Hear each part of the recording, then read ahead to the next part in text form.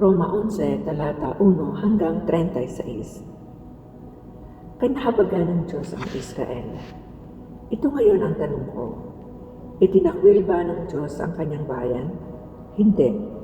Ako'y isang Israelita mula sa lahi ni Abraham at kabilang sa lipi ni Benjamin.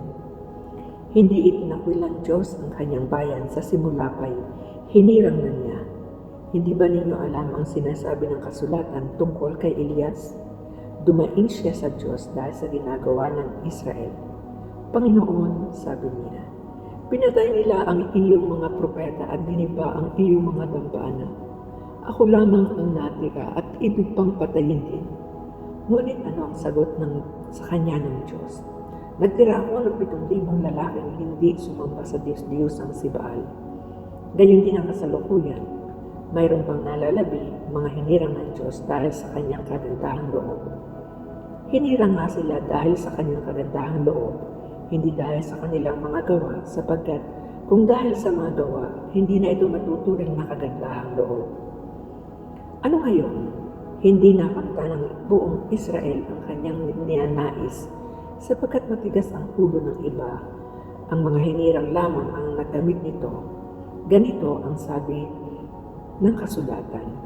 Binigyan ng Diyos ang mga taong ito ng manhid na diwa, mga matang di makakita at mga taingang di makarinig, hanggang sa panahon ito. At sinabi rin ni David, maging bitag at patibong sana ang kanilang pagpipista, isang katitisuran at parusa sa kanila. Lumabo sana ang kanilang mga mata nang di sila makakita, at sila'y makuha sa hirap habang buhay. Ibig bang sabihin ngayon natisod ang Israel ay tuluyan na siyang nabuwal? Hindi. Ngunit dahil sa pagkatisod ng mga Israelita dahil sa katigasan ng kanilang ulo, umabot sa mga hintil ang kaligtasan. Nang sa gayoy mangimbulo sa mga ito ang Israel. Ngayon, kung ang paglabag ng mga ito ay naging isang pagpapala ng sanlibutan at ang kanilang pagkabigo ay nakabuti sa mga hintil, gaano pa kaya ang pagbabalik loob ng lahat? Ang kaligtasan ng mga hintil. Ito naman ang sasabihin ko sa inyo, mga hintil. Yamang ako'y apostol ninyo, pinangangatawanan ko ang aking ministeryo upang mangimbulo ang mga kababayan ko at sa gayoy maligtas ang ilan sa kanila. Kung naging daan sa pakikipagkasundo ng sanlibutan sa Diyos ang pagtatakwil sa kanila, ang muling pagtanggap sa kanila ay para na rin magbibigay buhay sa patay.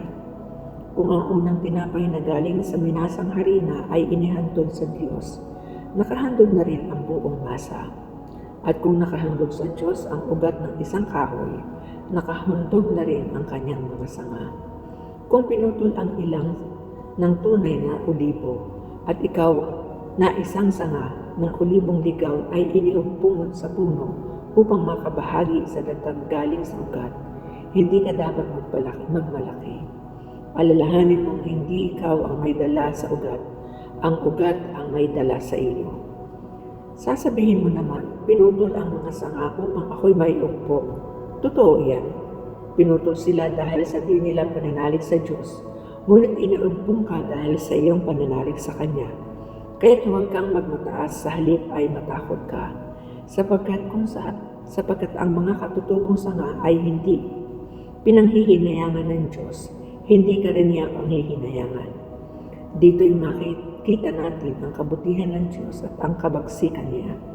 Mabagsik siya sa mga di nananalig sa Kanya, subalit mabuti sa inyo, kung mananatili kayo sa Kanyang kabutihan. Kung hindi, ikaw may puputulin. Ang mga Hudyo ay maidurugtong uli kung hindi sila magmamatigas sa kanilang di pananalig, sapagkat may kapangyarihan ang Diyos na gawin iyon. Kung ikaw na sanga ng olibong ligaw ay naiumpong sa tunay na olibo kahit laban sa likas na paraan, gaano pa kaya ang sanga ng tunay na olibo na hindi maiumpong sa talagang puno nito? Nahahabag ang Diyos sa lahat. Mga kapatid, may isang hiwaga na ibig kong malaman ninyo para hindi maging mataas ang palagay ninyo sa inyong sarili. Ang pagmamatigas ng bayang Israel ay pansamantala. Hindi ito panghabang panahon. Ito'y tatagal lamang hanggang sa makalapit sa Diyos ang kabuuang bilang ng mga hintil. Sa gayon, maliligtas ang buong Israel ayon sa nasusulat. Magbubuhat sa Sion ang tagapagligtas. Papawiin niya ang kasamaan sa lahi ni Jacob. At ito ang magiging tipan ko sa kanila pag inalis ko ang kanilang mga kasalanan. Sa kalalaganap ng mabuting balita, sila'y naging kaaway ng Diyos upang magkaroon kayong mga hintil ng pagkakataon. Ngunit ayon sa paghirang, sila'y mahal pa rin niya alang-alang sa kanilang mga ninuno, sapagkat ang Diyos ay hindi nagbabago ng isip tungkol sa kanyang mga kaloob at pagtawag. Dati, masuwayin kayo sa Diyos, ngunit ngayon kinahabagan sa panahon ng pagsuway ng mga Hudyo. Gayon din naman, sila'y naging masuwayin, ngayon kayo'y kinahabagan upang sila'y kahabagan din, sapagkat hinayaan ng Diyos na maalipin ng kanilang kasalanan ang lahat ng tao upang maipaduma sa kanila ang kanyang habag. Papuri sa Diyos.